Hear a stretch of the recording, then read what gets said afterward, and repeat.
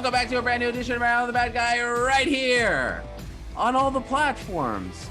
I'm Ariel, and that's the bad guy, Chael P. Sonnen. And Chael, I don't know if you know this, but for just the 8th time in UFC history, we're getting 3 title fights on one card tonight. For just the 2nd time in UFC history, we're getting 2 women's title fights on one card. UFC 261 is a big deal. Loaded top to bottom, not to mention you got Weidman and Hall, not to mention Anthony Smith, former title contenders opening the show. I mean, right, in all fairness, this thing's stacked. Yeah, the main card is really good. So let's start with Anthony Smith. And I'm just kidding. Of course, we have to start with the title fights. We got 3 title fights, like I said, on this card. It all kicks off at 10 p.m. Eastern on ESPN Plus pay-per-view. You got the rematch of Jorge Masvidal versus Kamaru Usman, fight that happened last July. This time again for the welterweight title. BMF title not on the line. Which, by the way, I don't know why it would be on the line, because technically, if it's like a legitimate title, shouldn't Usman be the BMF champion? I don't actually know what, Ariel. I actually disagree with you on that. I believe the belt has to be stated. I mean, maybe it's a special weight class. Maybe it doesn't go the same time. Even Ric Flair will tell you, if you lose, but it's a non-title match, you keep the strap. Okay, fair enough. Also, Rose Namajunas against Zhang Weili for the strawweight title. And, of course, Valentina Shivchenko versus Jessica Andraj for the women's flyweight title. Let's start with the main event. Let's give the headliners their due. Usman, he has won 13 in a row, Chael. If he wins, 14, second longest streak to start a UFC career behind the great Anderson Silva, who went 16-0, going up against Game Bread, Street Jesus, Cuban Jesus, Jorge Masvidal. What intrigues you? If I ask you, what storyline intrigues you most about this rematch going into it, what comes to mind? Okay, I take a guy at his word in this business, right? If you tell me you're a black belt, I believe that you're a black belt. I don't need to talk to your professor. I don't need to see your credentials. I just believe you. And I bring that to you because when Jorge Masvidal spends 25 minutes with the greatest welterweight of today and says, I learned what I needed to learn. As a matter of fact, if you give me a full training camp, I will flip the script and beat this guy. I have to take a guy at his word, not to mention I'm intrigued to push back on that message. I don't think there's Jorge Masvidal is quite as unprepared as he'll lead you to believe. The mere fact that he was able to make weight on 5 days' notice tells me he was in a degree of shape and conditioning. I want to see how it plays out. Okay, so do you feel like this narrative, because Vegas would lead you to believe, you know what, we're not buying this. In fact, Usman is a bigger favorite going into this fight than the first time they fought. Wouldn't make sense, right? If you believe that the short time in which he had to prepare for the fight, Jorge Masvidal, was that big of a factor, you would say, all right, this time the odds should be closer, right? It's going to be a more evenly matched fight. But the smart people in Vegas are saying, no. We saw what we saw in July, and we think this is going to be just about the same, if not a bigger gap between the two. What do you make of that? I think that makes sense. I mean, don't forget, that was not a competitive fight. In that, it was 5 rounds to none. However, it was a close fight in terms of Masvidal was keeping up with him. And sure, Masvidal got taken down a couple times, but he also scrambled and got back up to his feet, which is a level of conditioning. He got held up against the fence a little bit too much, something I don't know that he was prepared for, something arguably he could improve upon in camp. I just would say to you, even if Masvidal's to do much better, Usman can throw rounds away and still win this thing based on the scores of the first contest. Is Kamaru Usman a much better striker since leaving Florida and teaming up with Trevor Whitman in Colorado? Of course, he left a great striking coach in Henry Hooft, but it feels, at least to me, especially what we saw in the Gilbert Burns fight, that he has improved exponentially. Agree or disagree? He seems to have more of a confidence with it. Now, in both of his last 2 fights, and Masvidal is one of them, and of course, you'll remember this with Burns in the very first round, Usman got hurt. Now, Usman dealt with it. He got his senses back, but his knees were wobbly at one point. And I only bring that to you because I don't think that Usman all of a sudden has a confidence to go out there and strike. I think he chooses to go to plan B, win his bread and butter. The takedowns, the clinch work, the cage control aren't working as easily as he would like them to. But I do see what you see, which is he's a very good striker. It's not as though he doesn't have a kryptonite at times, but he's talented. Okay, so the reason I asked you that question is because, as you know, when a wrestler experiences a knockout or two, they sometimes fall in love with that sensation. Do you foresee a scenario where Usman says to himself, that was really fun back in February when I dropped Gilbert Burns with a jab and finished him with some TKO strikes? you know what? I'm going to try to prove to Jorge Masvidal in the world that I can outstrike him, that I could drop this guy who never gets finished, right? Last time Jorge Masvidal was finished was 2009, and that was a submission. That was a loss to Toby Imada. Remember that? Incredible finish. And so I wonder if A, he's going to fall in love and try to outstrike the striker, or B, say, no. Like, I know people said that last fight was boring back in July, but I'm just going to go back to that, game plan, because that worked really well in my favor. To an extent, what you're suggesting, I believe is going to be true, but not as the whole. By example, let's say this fight is 25 minutes. No, he is not going to turn it into a 25-minute kickboxing contest. I also think the words that Masvidal has used, which were, and I quote, "I learned what I needed to learn in that first fight."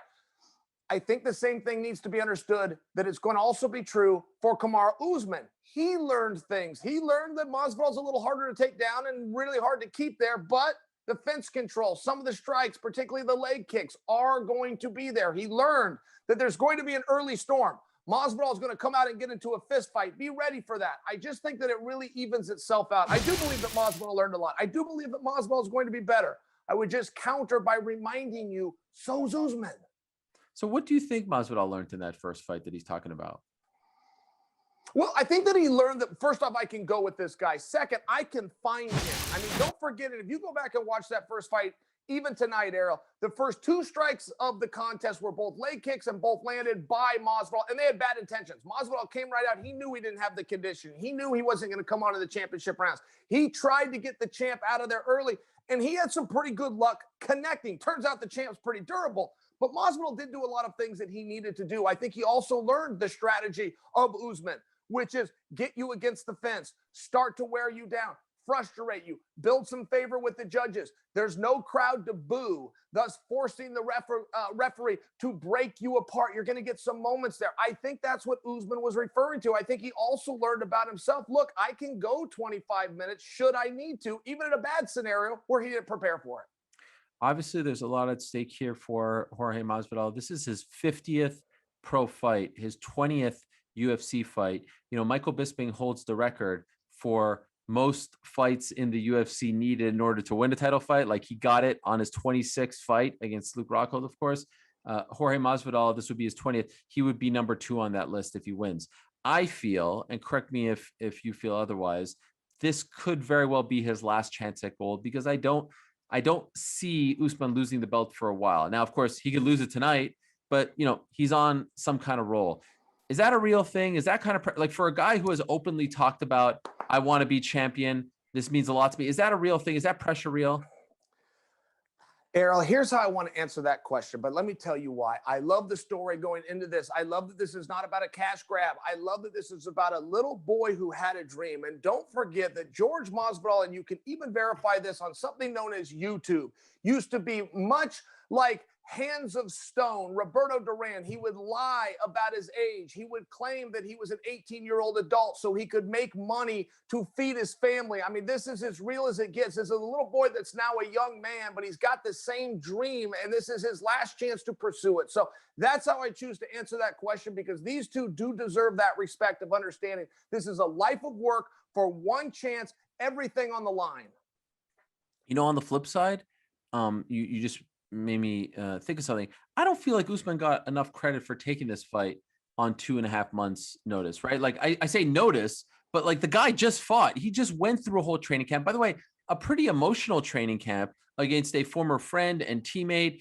You saw Gilbert Burns crying afterwards. There was a lot going on there.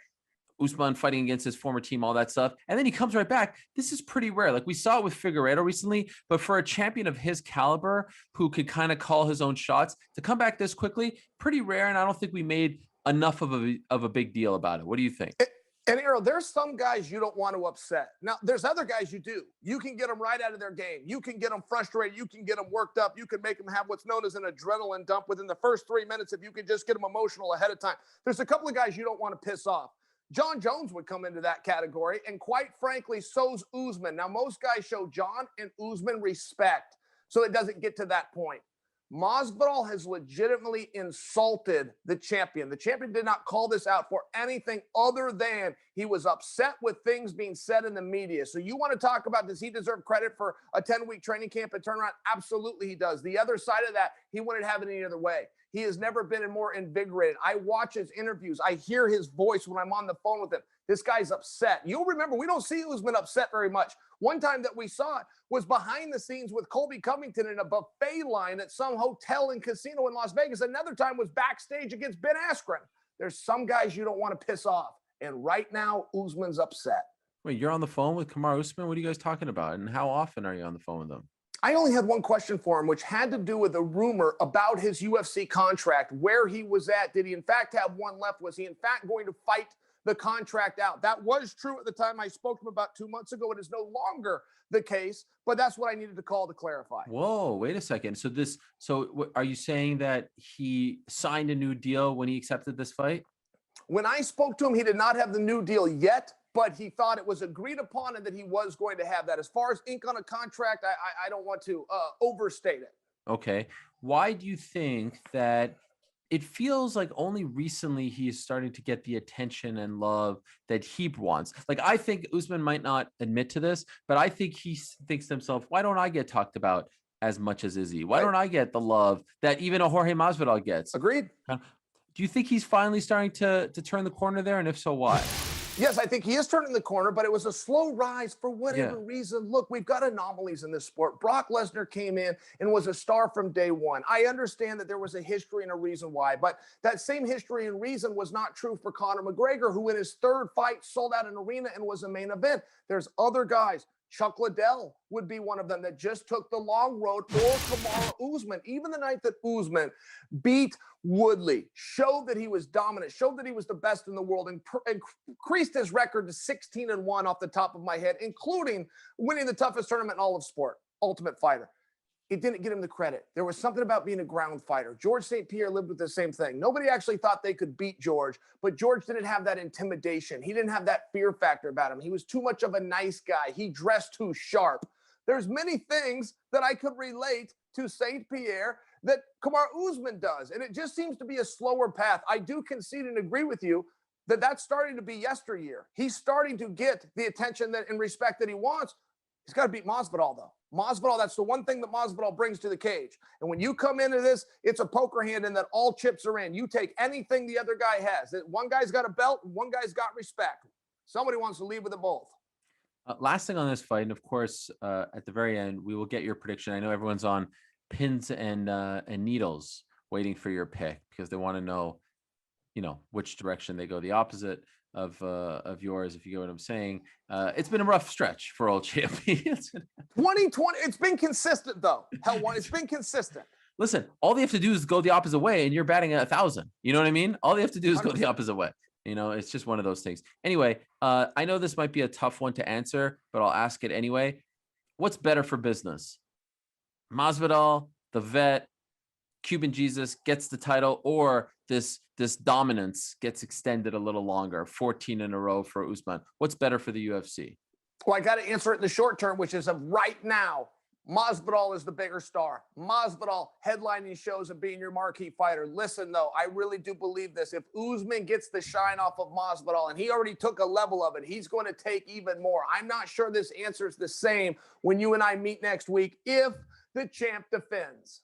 Okay, let's move along now to the co-main event. And by the way, I do agree with you, just for the record. I think you knew that. Let's talk about Rose Namajunas versus Zhang Weili. Number one, credit to these two. Historically, as you know, when it's either male weight class, female weight class, the higher weight historically gets higher billing. In this case, they gave co-main event honors to Zhang and Rose, and I agree with that. It's the bigger fight. It's the more intriguing fight. We were doing the weigh-in show on Friday on ESPN Plus with our mutual friend Michael Eaves. By the way, we were waiting for you Friday morning. You never showed up to the weigh-in show. I thought that was a little bit weird, but I'm sure you were busy. And I said to Michael, I'm looking forward to the co-main event more so than the main event. He didn't believe me. He thought it was a crazy statement. That's not a crazy statement. I feel like the co-main event is going to be more competitive, more interesting than the main event. What do you think? That does surprise me. I think for anticipation, I'm main event heavy, but I do see what you're saying. I mean, look, there's a lot to prove here, and there's a lot of questions, starting with the layoff. What have these young ladies been up to the last 12 months for Weili, 14 months for Rose? I mean, those things are very fair.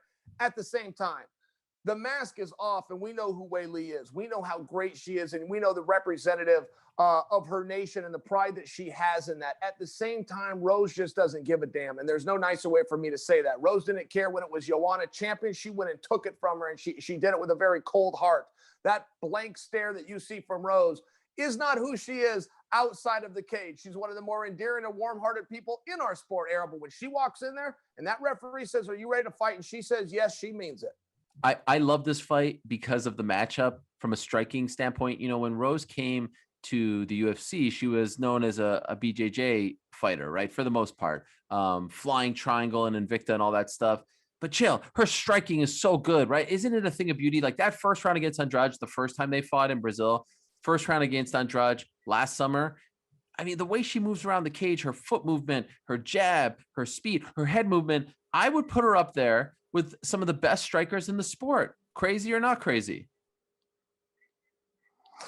I think that it's very fair. I think that she's underrated in that regard. I think that Rose would rather have this fight on the ground. I think that she had planned to get Joanna to the ground, but it was because of the threat of those takedowns that did open up that big strike that ultimately won Rose a world championship. And I think she's got a confidence there. Look, I know that Weili has power. I just have to remind you, Ariel, and you're the one that taught me this, so I know you'll agree.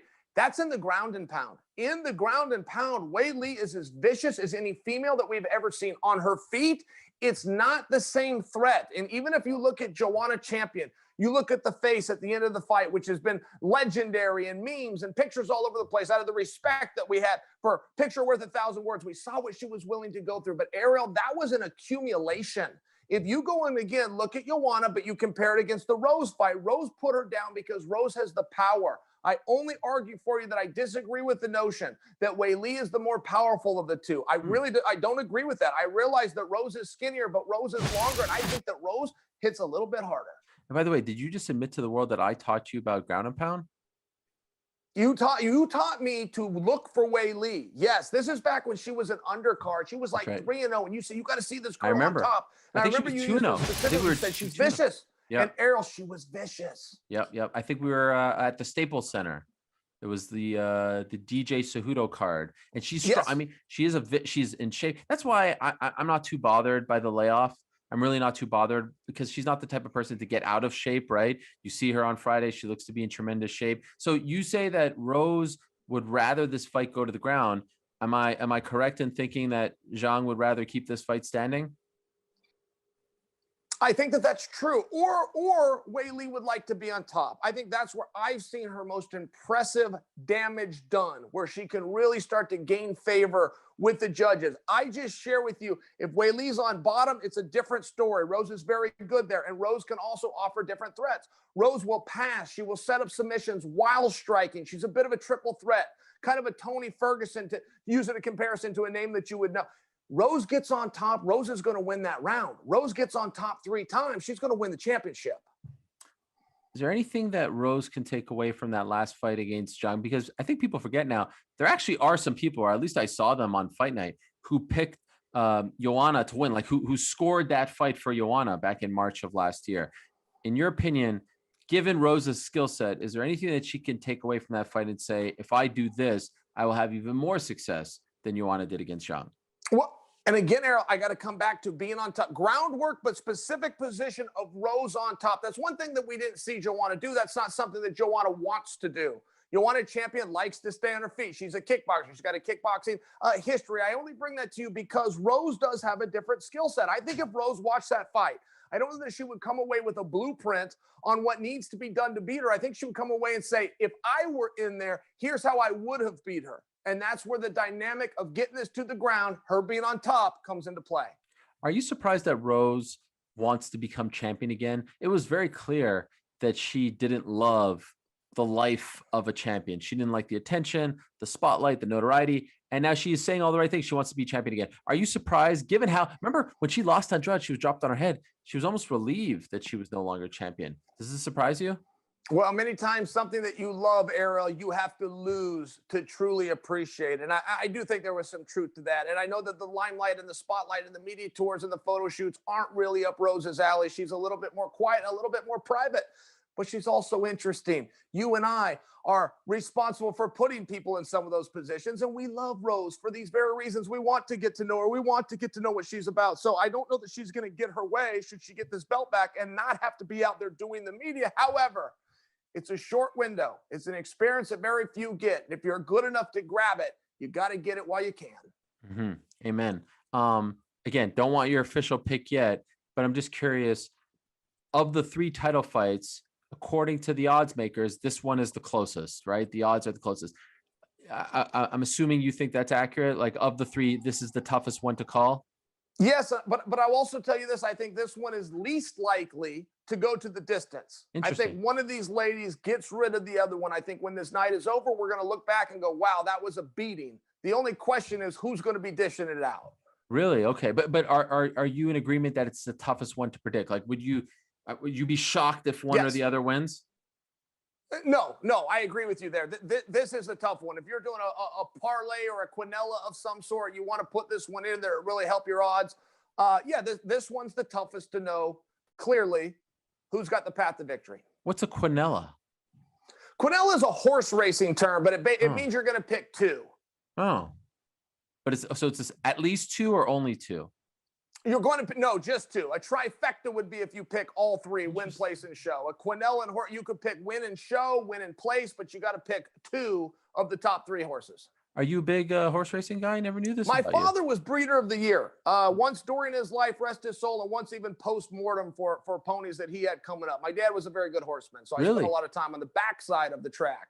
I cleaned a lot of stalls is what that means. Yeah. I've known you for over a decade. I never knew this about you. Did any of his horses like actually make it to, the what is it, Triple Crown? I'm not a big horse guy, but like to the big stage. That's a great example. No, he didn't have any that good. We got out to Antioch Downs. He had one horse that had set a track record right here, the local stuff in Portland. But we got as far as Antioch Downs, Anita. Those are very respected tracks, but not to the Kentucky Derby. He did thoroughbreds, and we fancied 6 furlongs, by example, not 1.25 miles. This explains everything about the longevity of your career, your gas tank. You were the equivalent of a thoroughbred inside the cage. That's a tremendous compliment. I'll take it. Thank you. In any event, let's move along now to a different kind of thoroughbred, Valentina Shivchenko, right? I mean, holy smokes. What a specimen. What a fighter. Toughness. She's got it all. The general consensus seems to be Andraj will be her toughest fight at 125 since her fight against Joanna. Vegas agrees. The odds are the closest. They had her as a minus 350 against Joanna. Last I checked, minus 450 against Jessica Andrade. Do you agree with that notion? That not only is she going to be her toughest test of the past 3 years, but maybe her toughest test for the foreseeable future as well? It's very hard to answer that because I need to play along to a certain extent, or I show a disrespect to Andraj, who, not to mention, is walking into a very tough situation in a sold-out arena against the greatest female fighter the weight class has ever seen. But she's a former champion herself, so if I dismiss her, I feel that's very disrespectful to her past. I don't mean to sound from that standpoint. The reality is, Amanda Nunes and Shevchenko are the 2 most dominant athletes in all of combat sports today, and that includes boxing. Tyson Fury, Wilder, Joshua, they're having much more competitive fights than Nunes and Shevchenko. I look at a win over Shevchenko much different. If you can do what Jennifer Maia did and you can win a round, we're going to be very impressed. If you can go out and win a sequence, if you can beat her just in the jab game, we are going to pat you on the back and we're going to talk about it. To make believe that someone's going to win the fight in its entirety and take that belt off Shevchenko right now is a stretch. Okay, I agree with that, but don't you think Andrade has the best chance, when you compare it to some of her previous opponents and potential like the people who are starting to queue up to fight her? Andrade is a former champion at 115. I always felt like she was a little too small for 135, maybe a tad too big for 115. Here she's perfect at 125. She looked great against a former title contender, Caitlin Chukagian, not that long ago in October. I think she has the best chance, no? I think what you're asking me is Andrade the rightful number 1 contender? And yes, I do think that. Now, you will have fighters who have a little bit of a snowball effect. When things start going well, they build momentum, and that snowball gets huge and you can't stop them. You will have those same fighters who, when met with resistance, fold. They crumble a little quicker. They realize when their toast is burnt and they get out of there. And in all fairness, Ariel, you're staring at one of them. I was also always very good of knowing very early on how this outcome was going to go. And I see it a little of that in Andraj. I don't think that she's meant for the long haul tomorrow night. I don't think she's going to stay in there and grind this thing out to the bitter end. I think she's going to go out there, give it her best, see if that overwhelming strength that she has carries over to this division. If she finds that it doesn't, I expect her to find a way out of this contest safely. Interesting. Is there anything that Andraj can take away from the Maia fight, Maia versus Shevchenko back in November, and try to apply to this fight? Well, I'll tell you my takeaway from that, okay, because that's as close as we've seen in a meaningful period of time for a blueprint on what it's going to take to beat the Bullet. And one of the problems you have with finding the blueprint for the Bullet is she's only stubbed her toe up a weight class. At 125, she's been impeccable. The Bullet also is getting better. There's very few athletes we see do that. Henry Cejudo on his run. In fairness, John Jones on his run. Each time they fought, the one constant was they were better than the last time, meaningfully. That's the problem with studying the Bullet right now. You don't know what you're going to into. And if you look at her last 5 fights, the only thing you come away with is each time she's different. She adds something new. The Bullet in her last 2 contests spent as much time on the ground dominating as she did on her feet. We never even knew she had ground skills until the night she fought Jessica Ai. I bring that example to you because you don't know how good the Bullet is, and neither do I. But neither does Andraj, unfortunately. You know what's so interesting about her? She is so unflappable that I feel like maybe she, some other fighters might get bored of having no competition or might, not want the limelight. She has extreme blinders on. I don't think being champion phases her. I don't think the attention phases her. I don't think the lack of competition phases her. I don't think the lack of, tests phase her at all. I just think she's like a cyborg, pardon the pun. She goes in there, she does the job, she goes home, she does a little dance, she goes and helps her sister train for a fight. You know what I mean? Like I feel like it is so unemotional for her. And she doesn't overthink things to the point where it is going to be very tough. And I know Amanda Nunes beat her twice, but again, you can make a case that she won the last fight against Amanda Nunes back at UFC 215, or was it 215? Yeah, I think it was 215 in Edmonton. So like, I just don't see her losing anytime soon. I don't know if you feel like I'm crazy or not, but I really don't. No, and see, that's the problem, Ariel. I'm very torn right now. I like to speak very straight to you. I like to say what I see. I feel as though you and I have an obligation to make sure, we don't know if a little of this happens or a little of that happens. I feel like we have that obligation. It's just tough to do. I can't really play along. When I watch the Bullet, I'm simply enamored. When I watch the Bullet, go back to the Jessica Ai fight, but you'll remember the takedown. You'll remember the pass to the side control. You'll remember the arm bar that we all thought was going to finish Jessica Ai. I mean, it's just one of those things where we didn't even know the Bullet possessed that. And you know what, Ariel? I think we were right. I don't think she did possess it. I think she went out and learned it. I think she humbles herself in practice. I think she's an open mind to her coaches. The girl speaks 7 languages, for goodness sakes. It's not as though she's against learning something. If Amanda Nunes beats Juliana Pena next, they're fighting in August, and Valentina wins this fight, and maybe one more because the timing is a little off. Do you think they finally do the trilogy? I think we're going the wrong way. Really? I think we're going the wrong. Ariel, I think we're going the wrong way. I think the one you want to keep an eye on is if Wei Li defends, is Wei Li going to come up after the Bullet? I think that is a much more likely scenario. And sure, we can all say we want to see Amanda, and we can even show a level of respect to Valentina because she's asking for that one. You know what? They've done it twice. Let's go the other way. I think we need some fresh parity. And as great as that fight might be, Ariel, that's not filling up an arena. You don't think Valentina Shivchenko versus Amanda Nunes could headline a show? No. Well, look, they fought twice and they didn't headline a show. Yeah, but in all fairness, right? They're not as who the famous. better fighter is. We already know who won that fight not once, but I'm just saying, man, it's a little bit of a tough sell. I think if we're bringing that to the audience, what do? We start reading resumes, go, well, she won this many and she won this. I don't see where it's interesting. I really don't. And whatever militia or they have against each other, I feel like they've already worked it out. That's my own opinion. Now, Wei Li is totally different. Wei Li's been running her mouth towards the Bullet. I don't really know where this is coming from. I will get to the bottom of it eventually, but I think you're looking in the wrong direction. I think you need to look down. I think Wei Li's going to be coming up with a level of success looking for that 25-pound title. You don't think 125 is a little too big for Zhang Weili? Well, I'll take Weili at her word. Sounds like she wants to come to 25. And I do think it's a little bit big, but that's a height issue. Weili's Yeah. a little shorter, not smaller. She's a little shorter than most gals at 125. However, I think Weili's having a hard time with 115. I think there's a reason she's looking at the bullet. I don't think it's personal or competitive. I think it's the weight class. She wants to enjoy life a little bit more. Ariel, I've never spoke to Weili. I've never spoke from anyone in her camp. This is an outsider based on what I see. That's my guess. And so you actually think that Zhang Weili versus Valentina is a bigger fight than Valentina versus Amanda, a bigger sell? More likely. I think that is a more likely fight. And yes, I think that I'm speaking for myself, right? You asked me more of a broader question. Yeah. But for myself, I would like to see the parity. I already know what happens when Valentina fights Amanda. I've seen it twice. They're great, great fights. We've got the two best girls.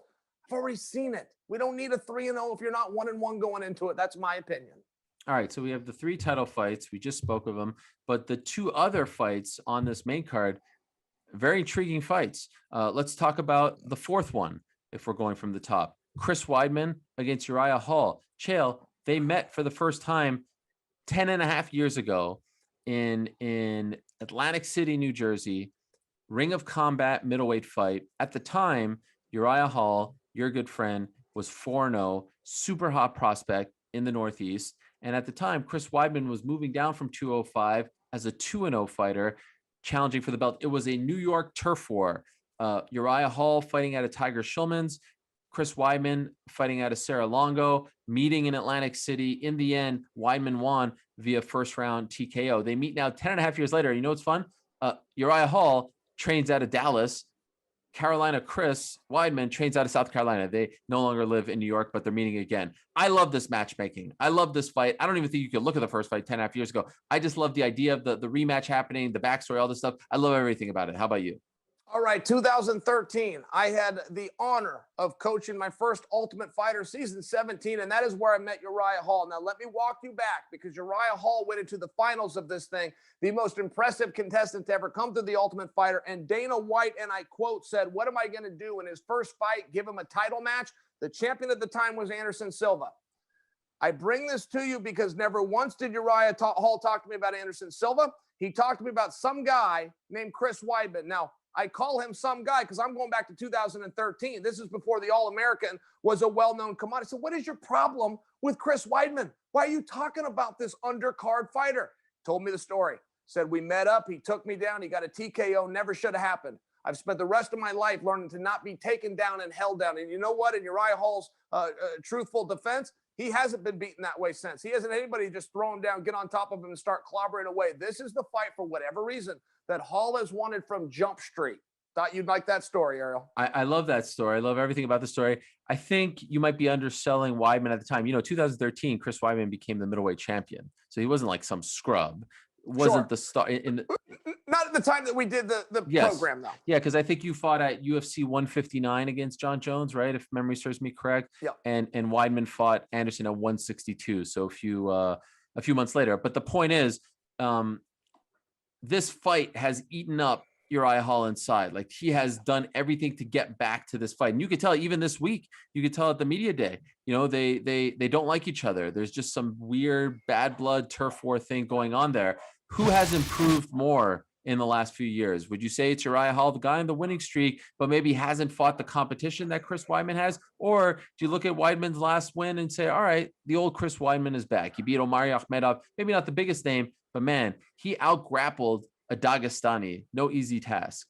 Yeah, I'll tell you what, Chris Weidman's record is one of the most deceptive records in MMA. If you didn't see those fights, I mean, I'll just remind you of the fight with Jacare Souza by example. Jacare stops him after losing the entire contest there in the third round. Weidman's pitching a shutout, but by example, even if you go back to the Yoel Romero fight, Weidman's winning the fight until he gets jumped up and takes a knee. I mean, Weidman's record is deceptive. Weidman's heart has never failed to show up. Weidman's mind and skills have never failed to show up. Happenstance, circumstance, sure, I understand that. But I only bring that to you because I think that Weidman is as good as he ever was. But you asked me a different question. You said, who's improved the most in the last few years? I think that's Uriah Hall. And I think that coming off a win over Anderson Silva, somebody he looked up to and respected so much, is going to be good for the confidence. We're all aware of the story of Uriah Hall. It's which one enters the ring. I think you're going to have a very confident, a very motivated Uriah Hall. Is it the skills that have improved for Uriah Hall, or is it the mental side of things? Like maybe that's it, right? Because it still feels like we're seeing the same fighter. It's just things have changed up here. Yes, he's very quick. He's very dynamic. He's very diverse, Uriah Hall. At times with powerful guys, Paulo Costa comes to mind. He can get overwhelmed. Uriah will wait. He'll wait for them to fade. And when you get some of these younger great guys, they don't fade. Bad strategy. Set that aside. Skill for skill, move for move, and understanding fully what you're getting into, which is what Uriah has on his side. Not main event pressures like the first time, not hometown turf like we had the first time, headlining a card in Atlantic City. This is totally different. This is the match that he wants in a 15-minute atmosphere. Uriah will be at his most dangerous. That I can assure you. Love that fight. I also love the Anthony Smith, Jimmy Crute fight. I love these sort of, like up and comer youngster, 25 years old against the older guy, Anthony Smith, Jimmy Crute versus Anthony Smith. What a great fight. A changing of the guard, if you will.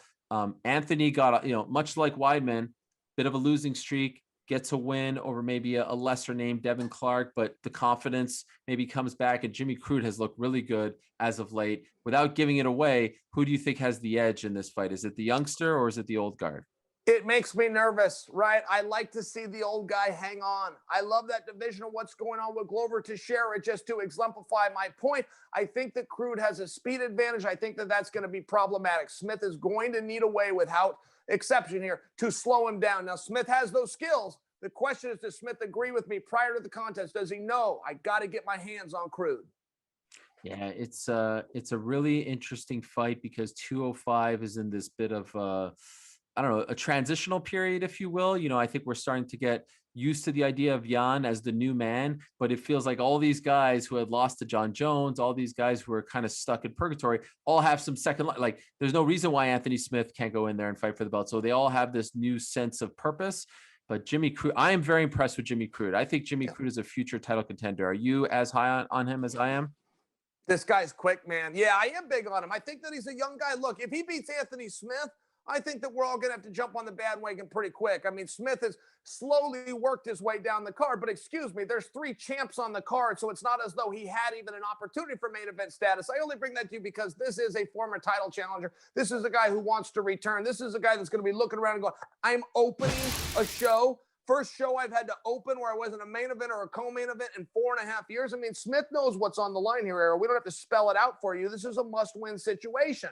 Mm-hmm. Yeah, this is a guy who had, I think, 6 or 7 straight headliners on his resume. And I don't think opening up a pay-per-view of this caliber is a knock on him, but I get what you're trying to say. Now, Chael, historically on these pay-per-views in the pandemic, you and Miss Brittany, you put together a nice charcuterie board. Yes. So I'm actually going to allow you to go ahead and do that because in a matter of seconds, we're going to bring in Jon Anik to help us preview this card. And we'll check back in with you as you take a look at the main card once again. Anthony Smith, former title contender, Chris Weidman, former champion, 3 title fights, something for everyone on this card. All right, and here is the aforementioned Jon Anik, who we just spoke about. He'll be calling the fights in Jacksonville momentarily. He's got to run to the arena. He'll be alongside, of course, Daniel Cormier and the great Joe Rogan calling all of the UFC 261 action. And Jon, I actually do want to start with Jacksonville. You were just in Jacksonville less than 12 months ago. We're about to approach the 1-year anniversary of May 9th, UFC 249, a date that I think we'll all remember for many years to come. Obviously, a year later, times are a little bit different for the better. What's it like being back a year later under these circumstances? It's great because things have changed so dramatically. I mean, I'm staying at a hotel that's open to the public. And as a Florida resident, I can tell you, there's no mask restrictions or anything going on down here.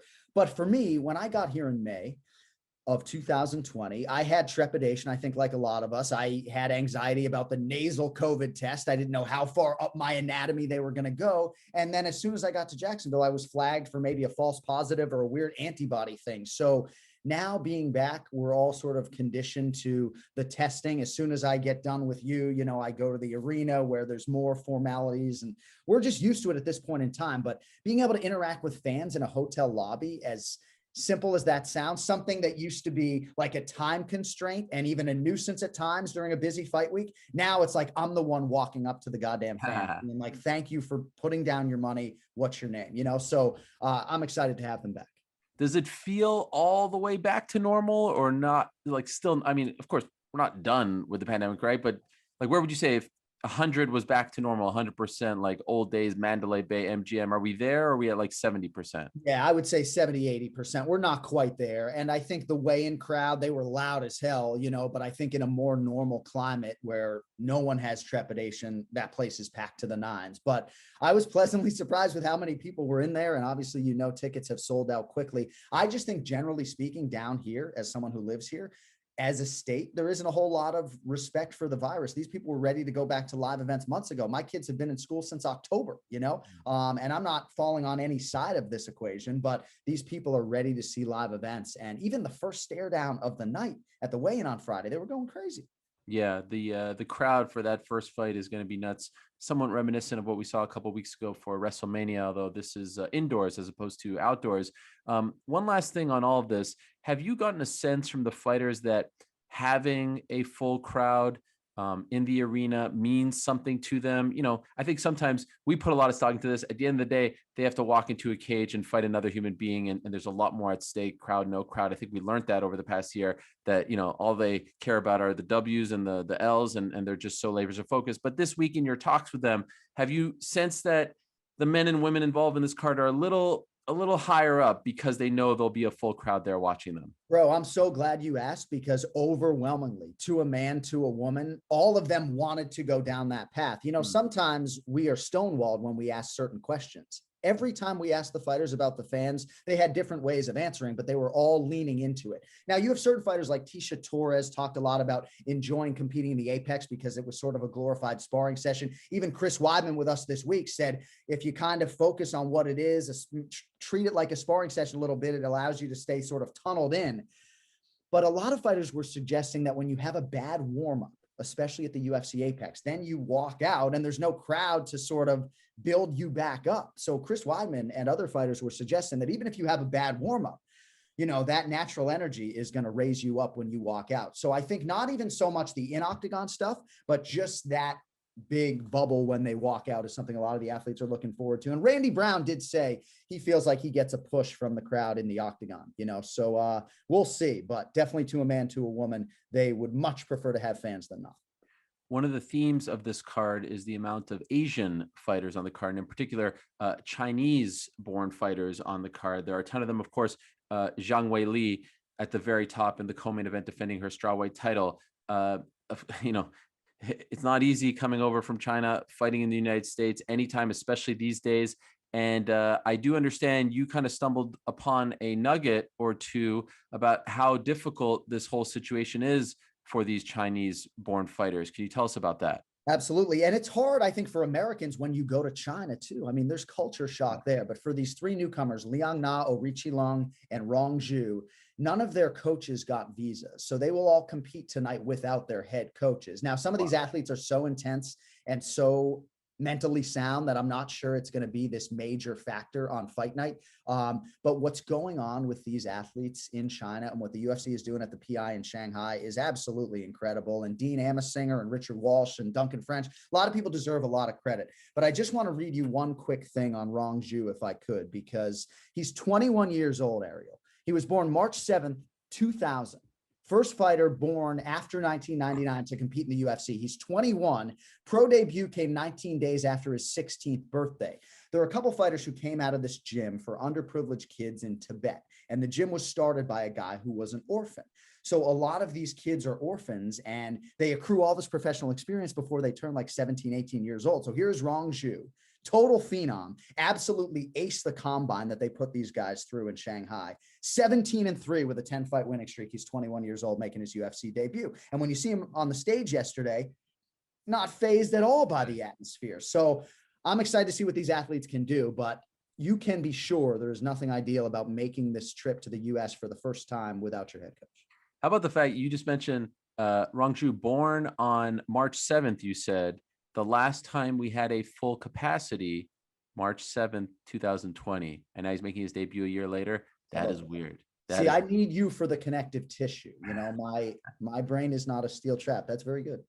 And so, by the way, Zhang Weili, who fought on that card, fight of the year against Joanna Jędrzejczyk, is her team there with her? Yes, she has everybody with her. You Okay. know, she was able to spend more time in the US. You know, she spent a lot of time in Tallahassee, which is about 3 hours north of here before coming down. So she's okay. And again, for a lot of these Chinese athletes, they train under Dean Amasinger, who is a UFC employee. So he's contractually prevented from cornering these fighters. So they're dealing with that challenge as well. There are a lot of different factors for these athletes, but I think at least in my limited communication with them, they seem pretty well equipped to handle. Another storyline that I really like on the prelims is the return of Tristan Connolly. What a great story this was. You recall back in 2019, takes this fight against Michelle Pajeda on short notice at 170 pounds in BC, Vancouver, BC, to be exact. And it ends up being the upset of the year. I mean, it was an incredible story. Unfortunately, we haven't seen him since then. COVID, car accident, neck surgery, all kinds of stuff. He now returns at 145 pounds. I'm very excited about his return. Did you get a chance to talk to him, and where's he at mentally after this long layoff? He's in a great place. I got to meet the young man today, right? Because he has only fought once in the UFC and I was not in Vancouver, but it's been a long road back, right? I mean, you mentioned the car accident that happened several months before the neck surgery, but ultimately when you hear him talk about some of the issues and how scary it was waking up with like no feeling in certain places in your body, just very unsettling.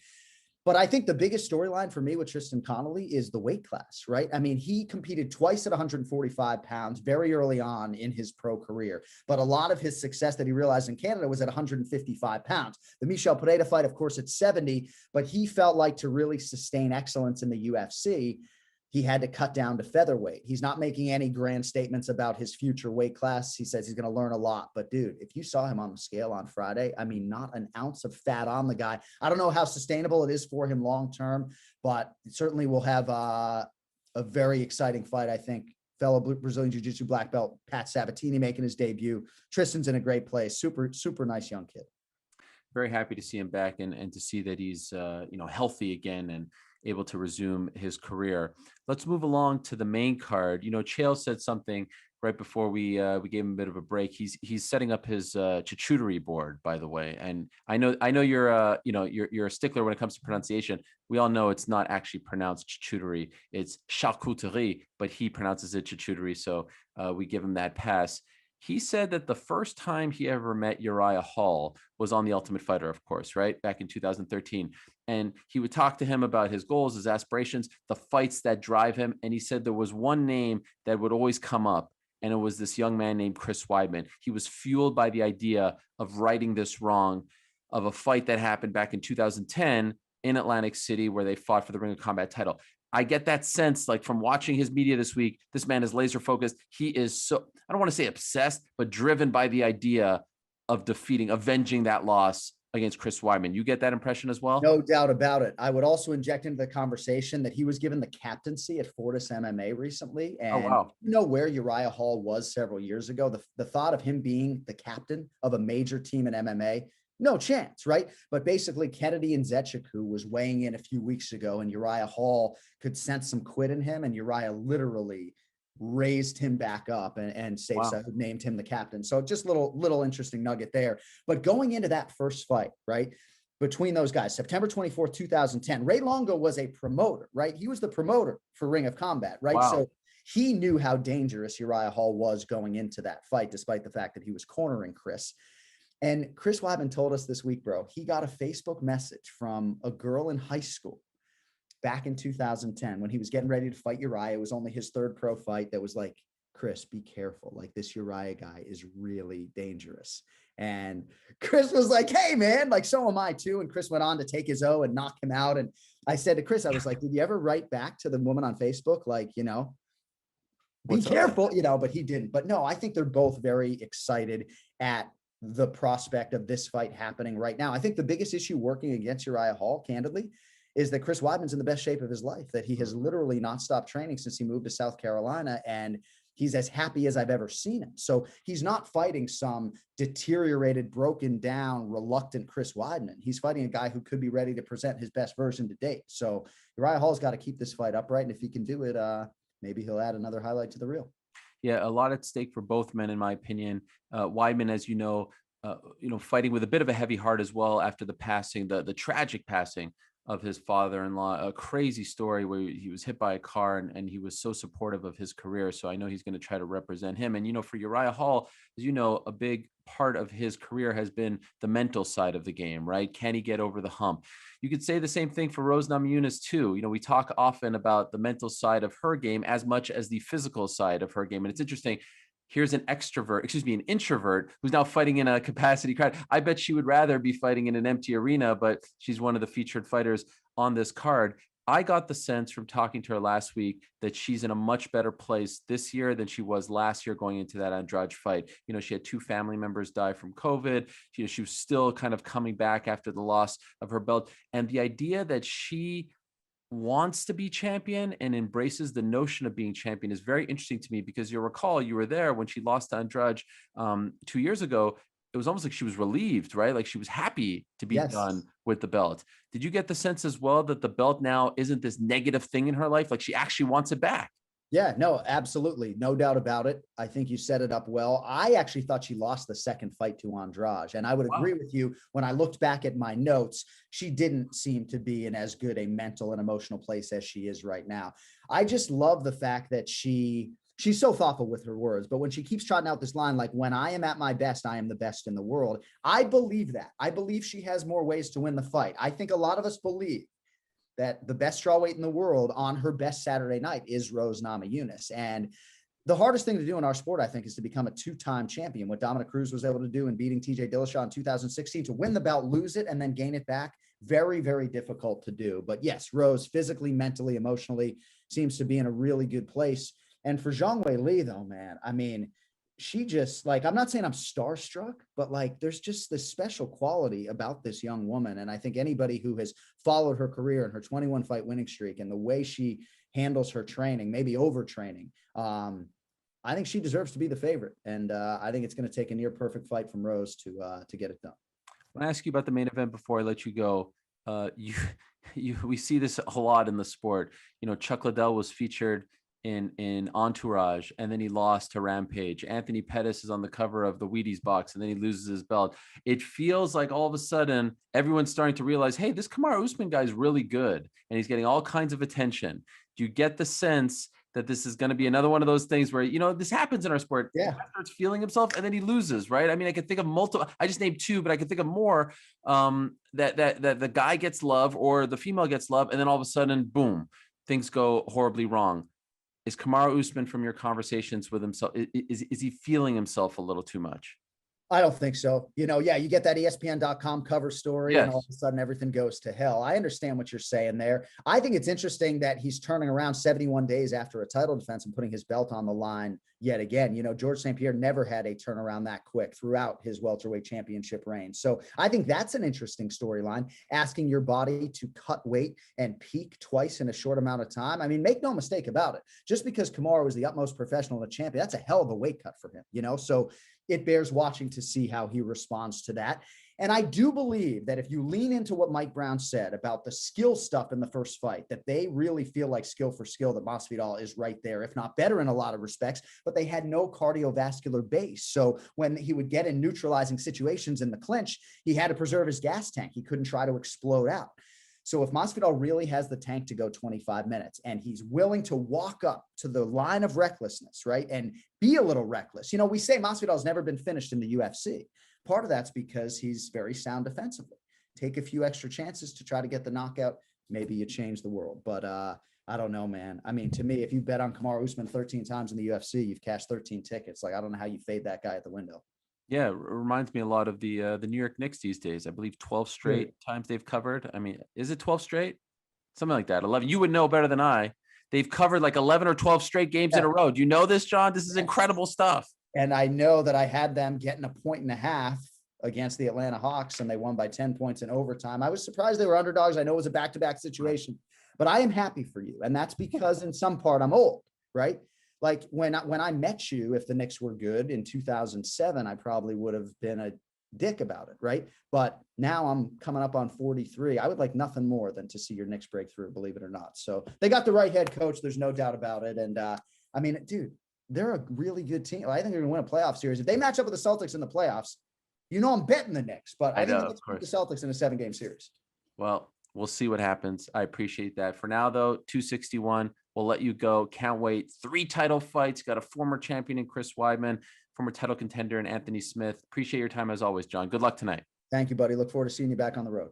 And of course, we want to invite everyone to play the UFC 261 Pick'em game. As you know, it is a stack card, and you can play ESPN's UFC Pick'em game and pick a winner for every hotly contested matchup. Go to ESPN.com/UFC Pick'em right now to play for free and challenge your friends for a chance to win a cool $5,000. Chump change for one Chael Sonnen, who we welcome back to the program, but for us, mere mortals, a pretty big deal, 5,000. And so, Chael, without further ado, it's that time of the show. It's the time that everyone's been waiting for. It's time for Chael P's picks. Now, we urge you all, take these picks, go the opposite way. You'll go 5 for 5. For now, though, let's start with the first fight on the main card. Jimmy Crute, the youngster, Anthony Smith, the old timer. Who do you like? I like Anthony Smith here, but I think he's going to have to come up with a different strategy. I mean, I just got to tell you, Crute physically is a little bit ahead. He's a little bit better athlete just with that speed. Some of that's with the youth. He's also got something on his side known as momentum. It's a major opportunity. I just don't think Lionheart, who does have a lion-sized heart, I don't think he's ready to let this spot go just yet, Ariel. I love it. All right, let's go to the rematch. 10.5 years in the making. Chris Weidman, Uriah Hall 2. Big time fight for both of them, their respective careers. Who do you like and why? Uriah Hall, Chris Weidman, I believe, needs to take him down and try to pound him out like he did last time. Uriah Hall has spent 10.5 years losing sleep, not only over this fight and this opponent, but that specific position. I don't think it happens twice. Uriah Hall is going to stop the All-American. If nothing else, you are a loyal friend, Chael P, and that's why I love you so much. Let's go to the next fight. It is the first title fight that will happen on this card. Valentina Shivchenko against Jessica Andraj. Who do you like and why? Valentina Shivchenko, because she's a better fighter, but I'd like to say this, Ariel, there's other victories to get when you're taking on somebody as good as the Bowler. If you can win a round like Jennifer Maia did, we will all respect you. If you can win a sequence, you win the jab game, you win the kick game, you get 5 rounds and call it a moral victory. There's lots of ways to get wins against Shevchenko. None of them involve taking her belt. All right. I can't wait to hear this one. Zhang Wei Li, Rose Namajunas, strawweight title. Who do you like and why? Rose Namajunas. I think that Rose wants to get this fight to the ground. I think she will have an urgency to do so in trying to get those takedowns and earning the respect of her Chinese opponent. She is going to open up those strikes. That's how she won the title in the first place when she landed that shot on Joanna. It wasn't because Rose was a better striker. It's because she had the threat of the takedown. She's going to offer that same threat, get the same reaction. Rose is going to surprise her. It's an upset. Rose beats Wei Li. Oh my. All right. So that's one title changing hands. Do we have 2? Kamaru Usman, Jorge Masvidal, welterweight title, the rematch. Potentially Jorge Masvidal's final shot at UFC Gold. 50th pro fight, 20th fight in the UFC. Does the former backyard brawler get it done tonight, Chael? No, he does not. Kamaru Usman has enough. Kamaru Usman learned the same things about Masvidal that Masvidal learned about Usman. Masvidal got all the credit for taking a fight on 6 days' notice. Usman did the exact same thing. Usman was no more prepared for Masvidal than Masvidal was for Usman, and I only remind you that because the story wasn't told the same. You might remember this, Ariel, but Mike Tyson just fought Roy Jones Jr. They had a draw. It was the exact same outcome. Mike got all the credit. Mike is scheduling his next fight. Nobody's even talking about Roy. Sometimes these funny things happen within our sport where one guy leaves with all the accolades for reasons that are unexplainable. Usman over Masvidal. All right. We shall see. Again, something for everyone on this main card. It begins at 10 p.m. Eastern, exclusively here in America on ESPN Plus pay-per-view. 13 fights, loaded from top to bottom. Something for everyone. A great night, capacity crowd, back in Jacksonville. And of course, we'll be right back here on the ESPN MMA YouTube channel to recap it all for all of you. For now, though, we're out of time. For Chael P, I'm Ariel. Enjoy the fights. We'll talk to you afterwards.